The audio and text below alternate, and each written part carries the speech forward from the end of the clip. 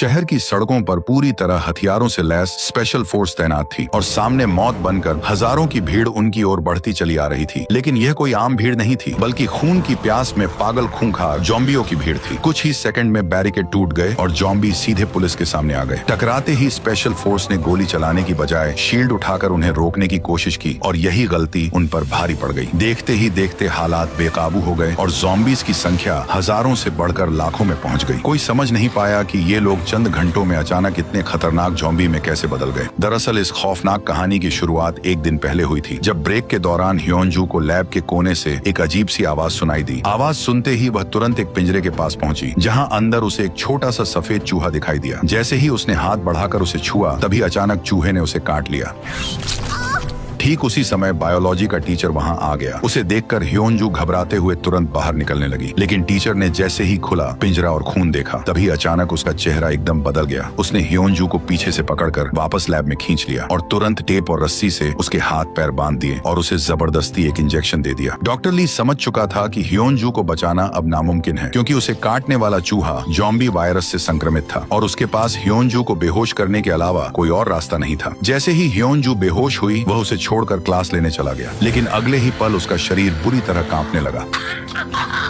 रस्सी के टूटते ही वो लड़खड़ाते हुए वापस अपनी क्लास में पहुंच गई। जब क्लास में बैठे बच्चों और टीचर ने उसे देखा, तो वे पूरी तरह घबरा गए। ह्योन-जू ने कांपती आवाज में पूरी बात बता दी। इसके बाद सियोक उसे उठाकर तुरंत मेडिकल रूम की ओर ले जाने लगा, लेकिन रास्ते में उसके कंधे पर पड़ी ह्योन-जू बेकाबू होने लगी। वह लगभग सियोक की गर्दन काटने ही वाली थी कि तभी वे अचानक मेडिकल रूम पहुंच गए। वहाँ डॉक्टर ने तुरंत उसका टेम्परेचर नापा, जो सिर्फ 29 डिग्री था। डॉक्टर ने तुरंत उसे कंबल ओढ़ाने को कहा, लेकिन ह्योन-जू ने कहा कि उसे बहुत गर्मी लग रही है। तभी उसकी आंखें लाल होने लगी और वह धीरे धीरे अपना आपा खो बैठी। अचानक उसने पास खड़ी ऑन-जो पर हमला कर दिया। जैसे ही डॉक्टर उसे शांत करने के लिए इंजेक्शन लगाने लगी, तभी अचानक उसने डॉक्टर को भी काट लिया। इसके बाद ह्योन-जू को तुरंत एम्बुलेंस के जरिए शहर के अस्पताल भेज दिया गया। उधर ह्योन-जू के काटने से घायल हुई डॉक्टर के शरीर में अजीब बदलाव शुरू हो गए। काटे गए हाथ में तेजी से सूजन फैलने लगी और उसे धीरे धीरे सब कुछ धुंधला दिखने लगा। जैसे ही उसने आईने में देखा, तो उसकी आंखें पूरी तरह लाल हो चुकी थी। अगले ही पल उसका शरीर बुरी तरह कांपने लगा और धीरे धीरे उसकी बॉडी संक्रमित होना शुरू हो गई। तभी अचानक मेडिकल रूम के पास से गुजर रहे 2 स्टूडेंट्स ने उसे देख लिया। उसे अजीब तरीके से खड़े देखकर उन्होंने वीडियो बनानी शुरू कर दी, लेकिन तब तक डॉक्टर पूरी तरह एक खतरनाक ज़ॉम्बी में बदल चुकी थी। अचानक आवाज सुनते ही वह पलटकर दरवाजे की तरफ दौड़ पड़ी, लेकिन वो सीधे दीवार से जा टकराई। लेकिन दोनों फिर भी रिकॉर्डिंग करते रहे। तभी वह डॉक्टर अचानक उठकर सीधे एक स्टूडेंट पर झपट गई। सामने का नजारा देखकर दूसरा स्टूडेंट घबरा गया और डॉक्टर को खींचकर दूर करने लगा, लेकिन उसे बचाने के चक्कर में वो खुद ही अगला शिकार बन गया। ये देखकर बाकी स्टूडेंट डर के मारे जान बचाकर भागने लगे, लेकिन जिस स्टूडेंट को अभी काटा गया था, वह अचानक जमीन पर गिर पड़ा और कुछ ही देर में बिल्कुल शांत हो गया। लेकिन थोड़ी ही देर बाद वो फिर से उठ खड़ा हुआ और एक खूंखार ज़ॉम्बी में बदल गया। अगले ही पल वह तेजी से क्लासरूम की ओर भागा और अंदर रह गए स्टूडेंट्स पर बुरी तरह टूट पड़ा। कुछ ही देर में वायरस एक से दूसरे में फैलकर पूरे स्कूल को अपनी चपेट में ले गया। उधर कैंटीन में ऑन-जो बहुत परेशान थी, क्योंकि सियोक ने उसका प्रपोजल रिजेक्ट कर दिया था। इसलिए चियोंग-सन उसे शांत करने लगा, क्योंकि वह मन ही मन उसे पसंद करता था। लेकिन इस वक्त उन्हें बिल्कुल अंदाजा नहीं था कि स्कूल में एक खतरनाक वायरस फैल चुका है। जैसे ही ऑन-जो दरवाजे की तरफ बढ़ने लगी, तभी अचानक बाहर से भीड़ का सैलाब टूट पड़ा। स्टूडेंट्स जान बचाने के लिए धक्का मुक्की करते हुए कैंटीन के अंदर घुसने लगे। कुछ ही सेकंड में हालात पूरी तरह बेकाबू हो गए और एंट्रेंस गेट लोगों की भीड़ से पूरी तरह जाम हो गया। अंदर घुसते ही लोग इधर उधर भागकर छिपने लगे। ज्यादा देर नहीं लगी कि कांच टूट गया और बाहर खड़े लोग भी अंदर घुस आए। भीड़ के धक्कों से ऑन-जो जमीन पर गिर पड़ी। तभी अचानक उसने देखा कि उसके दोस्त अब ज़ॉम्बी बन चुके हैं और लोगों पर हमला कर रहे हैं। इसी बीच एक ज़ॉम्बी की नजर ऑन-जो पर पड़ गई और वह पागलों की तरह उसकी ओर दौड़ पड़ा। डर के मारे ऑन-जो खड़ी भी नहीं हो पाई और अगले ही पल ज़ॉम्बी उसके बिल्कुल करीब पहुंच गया। जैसे ही वह उसे शिकार बनाने वाला था, तभी अचानक चियोंग-सन वहां आ पहुंचा। उसने बिना देर किए ज़ॉम्बी को खींचकर उसे दूर कर दिया। उसने ऑन-जो को बचा तो लिया, लेकिन तब तक कैंटीन में हर जगह ज़ॉम्बी फैल चुके थे और हर सेकंड कोई न कोई ज़ॉम्बी बनता जा रहा था। फिर भी चियोंग-सान ने हिम्मत नहीं हारी और ऑन-जो को लेकर वो लगातार ज़ॉम्बी से बचते हुए रास्ता बनाता रहा। आखिरकार सही मौका देखकर दोनों खिड़की से बाहर निकलने में कामयाब हो गए, लेकिन बाहर भी हालात खराब थे और छिपने की कोई जगह नहीं बची थी। तभी अचानक सामने से एक बेकाबू ट्रक उनकी तरफ तेजी से आता हुआ दिखाई दिया। ट्रक से गिरती लोहे की पाइपों ने कई ज़ॉम्बीज को वहीं गिरा दिया और इसी मौके का फायदा उठाकर चियोंग-सान ऑन-जो का हाथ पकड़कर ट्रक पर चढ़ गया। इसके बाद दोनों ने दूसरी मंजिल तक पहुंचने का रास्ता बना लिया। वे जैसे तैसे खिड़की के रास्ते अंदर घुसे, लेकिन अंदर का नजारा देखकर उनके होश उड़ गए, क्योंकि यहाँ ज़ॉम्बीज़ और भी ज्यादा थे। सोचने का वक्त नहीं था, इसलिए दोनों तुरंत ऊपर की तरफ भागने लगे। लेकिन जैसे ही वे कॉरिडोर में पहुंचे, तभी वहाँ भी ज़ॉम्बीज़ ने उनका रास्ता रोक लिया। अब उनके पास कोई रास्ता नहीं बचा और मजबूरी में उन्हें फिर से भागना पड़ा। तभी ऊपर से भी बड़ी संख्या में ज़ॉम्बी उनकी तरफ आने लगे और दोनों को वापस मुड़ना पड़ा। ओंजो अभी सांस भी नहीं ले पाई थी कि अचानक एक ज़ॉम्बी चियोंग सान पर झपट पड़ा। तभी सही मौके पर ओंजो ने पास रखा फायर एक्सटिंग्विशर उठाया और ज़ॉम्बी पर जोर से स्प्रे करना शुरू कर दिया। कुछ ही पलों में पूरा कॉरिडोर धुएं से भर गया और दोनों इसी का फायदा उठाकर वहां से भाग निकले। भागते भागते उन्हें एक क्लासरूम मिला, जहां कुछ लोग पहले से छिपे हुए थे, इसलिए वे दोनों भी उसी क्लासरूम में घुस गए। अंदर मौजूद सभी उनके दोस्त थे, जिन्हें देखकर उन्हें थोड़ी राहत मिली। लेकिन वे जैसे ही बाहर झांकने लगे, तभी अचानक खिड़की पर एक हाथ दिखाई दिया।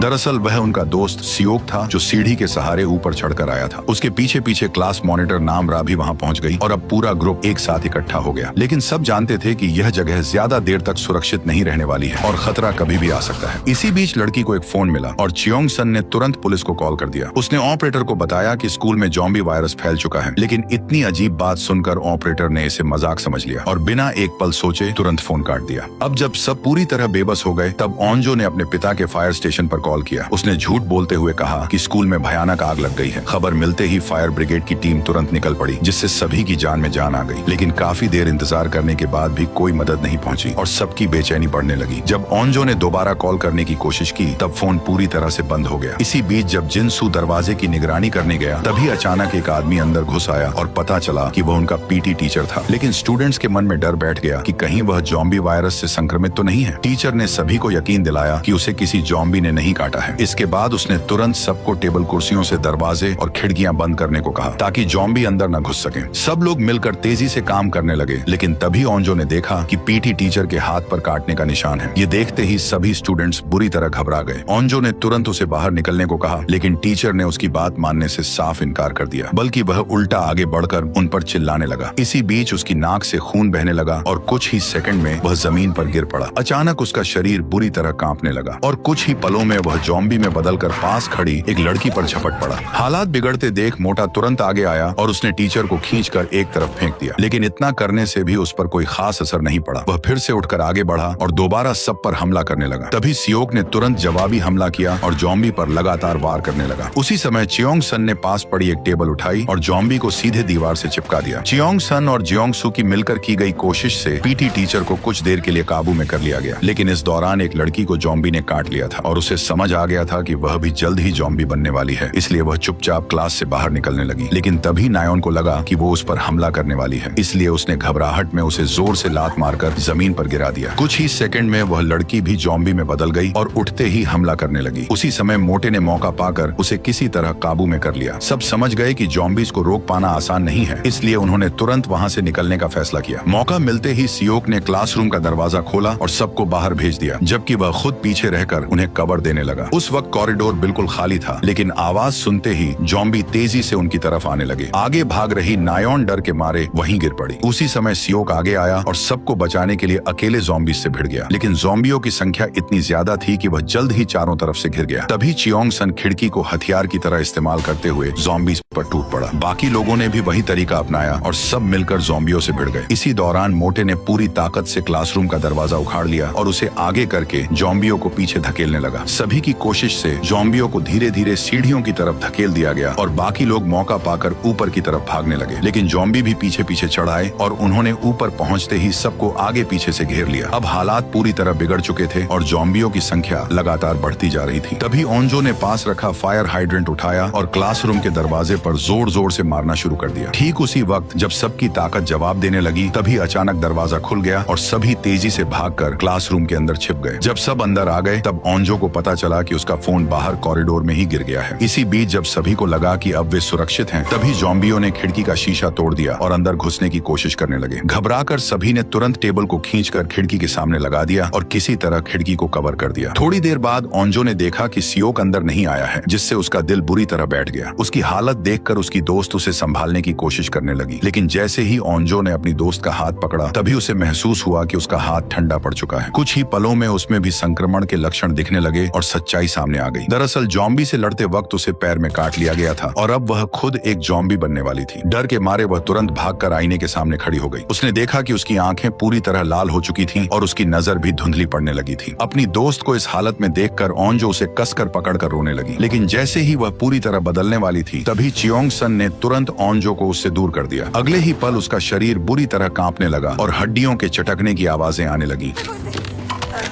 कुछ ही सेकंड में वह जॉम्बी बन गई और तुरंत दोनों पर झपट पड़ी। चियोंग सन ने तुरंत धक्का मारकर उसे दूर कर दिया। जैसे ही वह कुर्सी उठाकर हमला करने वाला था, ओंजो ने उसे रोक दिया। उसी पल जॉम्बी उसकी तरफ झपट पड़ी। चियोंग सन ने बिना देर किए उसे खिड़की से बाहर फेंक दिया, लेकिन ओंजो ने उसे पकड़ लिया क्योंकि वो लड़की ओंजो की सबसे अच्छी दोस्त थी। उसके दिमाग में सिर्फ अपनी दोस्त के साथ बिताए पल घूम रहे थे। चियोंग सन बार बार समझाता रहा पर वह नहीं मानी। मजबूर होकर उसने कुर्सी उठाई और जॉम्बी पर वार कर दिया। आखिर में ओंजो की पकड़ छूट गई और उसकी दोस्त नीचे जा गिरी। अब वह समझ नहीं पा रही थी कि वो चियोंग सन का शुक्रिया करे या उस पर गुस्सा करे, लेकिन वहां रुकना अब सुरक्षित नहीं था क्योंकि टूटी खिड़की किसी भी पल जॉम्बीज के लिए अंदर आने का रास्ता बन सकती थी। इसलिए चियोंग सन ने तुरंत खिड़की से बाहर झांककर कॉरिडोर का फायर हॉज अंदर खींच लिया। फिर उसने रास्ता बनाने के लिए हर थोड़ी दूरी पर पकड़ बनाने का इंतजाम किया। सुरक्षा के लिए जियोंगसू ने नीचे जाकर हालात देखने लगा, लेकिन नीचे हर तरफ जॉम्बी ही जॉम्बी थे और तभी उसने देखा कि क्लास टीचर ब्रॉडकास्ट रूम में छिपी हुई है। इसलिए उसने बाकी सभी को नीचे आने के लिए कहा। सब नीचे आ जाओ, ठीक है? और सब लोग एक एक करके फायर हॉज के सहारे नीचे उतरने लगे, लेकिन ओंजो अभी भी दुख में डूबी हुई थी। इसलिए चियोंग सन वहीं रुककर उसे हिम्मत देता रहा। आखिरकार ओंजो ने खुद को संभाला और फिर धीरे धीरे नीचे उतरने लगी, लेकिन अब ऊपर दरवाजे और खिड़कियों को रोकने वाला कोई नहीं था, इसलिए जॉम्बियों का अंदर आना तय था। जैसे ही ओंजो सुरक्षित नीचे पहुंची, उसी वक्त क्लासरूम के दरवाजे और खिड़कियां टूट गई और जॉम्बी अंदर घुस आए। जैसे ही चियोंग सन नीचे उतरने लगा, तभी अचानक एक जॉम्बी उस पर टूट पड़ा, लेकिन वो किसी कूदकर तीसरे फ्लोर पर फंस गया। उधर सीओ कार्ट रूम में फंस गया था क्योंकि वहां हर तरफ जॉम्बी भरे हुए थे। वह एक टेबल के पीछे छिपकर सही मौके का इंतजार कर रहा था, लेकिन जैसे ही वह निकलने की कोशिश करने लगा, तभी उसका हाथ टेबल से टकरा गया और आवाज हो गई। आवाज सुनते ही सारे जॉम्बी उसकी तरफ दौड़ पड़े। जान बचाने के लिए वह तुरंत खिड़की के बाहर लटक गया। तभी उसकी नजर नीचे पड़ी। उसने देखा कि चियोंग सन भी बाहर लटका हुआ है और एक जॉम्बी ने उसके पैर को पकड़ रखा है। चियोंग सन खुद को छुड़ा नहीं पा रहा था, इसलिए सियोक उसकी मदद करने ही वाला था कि ऊपर से जॉम्बी ने उसकी ओर कूद पड़ा। बिना एक पल सोचे सियोक ने छलांग लगाकर फायर होज पकड़ लिया, लेकिन 3 लोगों के वजन से होज टूटने ही वाला था कि सियोक ने फिसलते ही जॉम्बी को लात मारकर नीचे गिरा दिया और दोनों जैसे तैसे ब्रॉडकास्ट रूम तक पहुंच गए। लेकिन अंदर पहुंचते ही हालात फिर से बिगड़ गए। नायोन अचानक गुस्से में जियोंगसू पर भड़क उठी और देखते ही देखते दोनों के बीच बहस शुरू हो गई। नायोन के लिए यह कोई नई बात नहीं थी क्योंकि वो शुरू से ही जियोंगसू से उसकी गरीबी की वजह से नफरत करती थी, लेकिन इस बार हालात पहले से ज्यादा बिगड़ चुके थे। तभी क्लास टीचर ने बीच में आकर मामला शांत कराया और सबको एकजुट रहने को कहा, लेकिन किसी को यह एहसास तक नहीं था कि नायोन जल्द ही जियोंगसू के साथ कुछ बहुत ही बुरा करने वाली है। अचानक फायर स्प्रिंकलर ने खिड़की का शीशा तोड़ दिया। जैसे ही चियोंग सन खिड़की के पास गया, तभी अचानक एक जॉम्बी ऊपर से गिरकर खिड़की के पास आ गया। वह अंदर आने ही वाला था कि चियोंग सन ने कोने से झाड़ू उठाया और उसे बाहर की ओर धकेलने लगा, लेकिन यह तरीका उल्टा उसी पर भारी पड़ गया क्योंकि जॉम्बी ने झाड़ू को कसकर पकड़ लिया और उसी के सहारे अंदर आने लगा। यह देखकर जियोंगसू तुरंत उसकी मदद के लिए आया, लेकिन जॉम्बी ने खुद उसे ही पकड़ लिया। हालांकि चियोंग सन बिना रुके झाड़ू से वार करता रहा, फिर भी जॉम्बी नीचे गिरने का नाम नहीं ले रहा था। अब उसके हाथ में सिर्फ नुकीला डंडा बचा था। तभी सियोक ने झपटकर वह डंडा लिया और पूरी ताकत से जॉम्बी पर वार कर दिया, लेकिन उससे भी कोई खास फर्क नहीं पड़ा। हालात बिगड़ते देख जियोंगसू ने पास रखा कंप्यूटर उठाया और सीधे जॉम्बी पर दे मारा। इस जोरदार वार के बाद आखिरकार जॉम्बी नीचे गिर गया और खतरा कुछ देर के लिए टल गया, लेकिन इसी दौरान जियोंगसू को हल्की चोट लग गई जिससे उसकी नाक से खून बहने लगा। यह देखकर नायोन को उस पर शक हो गया। उसने जोर देकर कहा कि वह संक्रमित हो चुका है और सबको उसे बाहर निकाल देना चाहिए, लेकिन हर किसी को पता था कि अगर वे अभी जिंदा हैं तो उसका कारण सिर्फ जियोंगसू है। फिर भी नायोन उसी पर इल्जाम लगा रही थी। दरअसल दोनों के बीच पहले से ही नफरत थी, इसलिए माहौल और बिगड़ने लगा। तभी क्लास टीचर ने बीच में आकर आइडिया दिया कि जियोंगसू को कुछ देर के लिए अलग कमरे में रखा जाए। उन्होंने कहा कि अगर वह संक्रमित नहीं हुआ तो नायोन को उससे माफी मांगनी पड़ेगी। इस पर जियोंगसू ने खुद कहा कि वह 1 घंटे तक अंदर रहेगा ताकि सबको यकीन हो जाए, लेकिन जैसे ही वह कमरे में गया तभी तभी नायोन माफी न मांगने के लिए अंदर ही अंदर जलने लगी और उसने मन ही मन एक खतरनाक फैसला कर लिया। उसने मौका देखकर चुपके से अपनी जेब से एक रुमाल निकाला और उसे डंडे पर लगाकर जॉम्बी के खून से भिगो लिया। इसके बाद वह बनावटी मासूमियत के साथ जियोंगसू के पास गई और उसके घायल हाथ को उसी रुमाल से साफ करने लगी। बेचारा जियोंगसू ये समझ बैठा कि वह सच में माफी मांगने आई है। जैसे ही उसका मकसद पूरा हुआ, उसने तुरंत अपना असली रंग दिखा दिया। फिर से हरामी बंदी पे उतर आई है ना तू? क्या सोचा मैं माफी मांगूंगी? बाहर खड़े लोग यही समझ रहे थे कि दोनों के बीच सब ठीक हो गया है, लेकिन अचानक जियोंगसू दौड़ता हुआ बाहर आया और उसने पूरी सच्चाई सबको बता दी। उसकी बात सुनते ही सब भड़क गए और नायोन को माफी न मांगने पर डांटने लगे। फिर भी वह बिना कुछ बोले खड़ी रही, जैसे उसे कोई फर्क ही न पड़ा हो। उसके मन में बस यही चल रहा था कि जल्दी से जियोंगसू जॉम्बी बन जाए ताकि सबको लगे कि वही सही थी। और कुछ ही देर में वही हुआ। जियोंगसू के शरीर में संक्रमण फैल गया। धीरे धीरे उसकी नजर धुंधली होने लगी और वह खुद को संभाल नहीं पाया। सभी लोग उसे लेकर दुखी तो थे, लेकिन डर के कारण कोई भी उसके पास जाने की हिम्मत नहीं कर रहा था। सिर्फ चियोंग सन ही उसे संभालने के लिए आगे बढ़ा, लेकिन जियोंगसू को पता था कि वह जल्द ही जॉम्बी बनने वाला है। इस डर से कि कहीं वह खुद पर काबू खोकर उसे नुकसान न पहुंचा दे, इसलिए वह तुरंत पीछे हटकर दीवार के पास चला गया। तभी नायोन ने चिल्लाकर उसे बाहर जाने को कहा। ये नजारा देखते ही सभी की आंखों में आंसू आ गए, लेकिन कोई चाहकर भी कुछ नहीं कर सका। तभी टीचर ने उसे रिकॉर्डिंग रूम में जाने के लिए कहा ताकि बाकी लोग सुरक्षित रह सकें। जियोंगसू खुद को रोकते हुए धीरे धीरे वहां जाने लगा ताकि किसी को नुकसान न पहुंचे, लेकिन वायरस का असर बढ़ते ही उसे अजीब अजीब आवाजें सुनाई देने लगी। अगले ही पल उसका शरीर बुरी तरह कांपने लगा और वह पूरी तरह एक खूंखार जॉम्बी में बदल गया।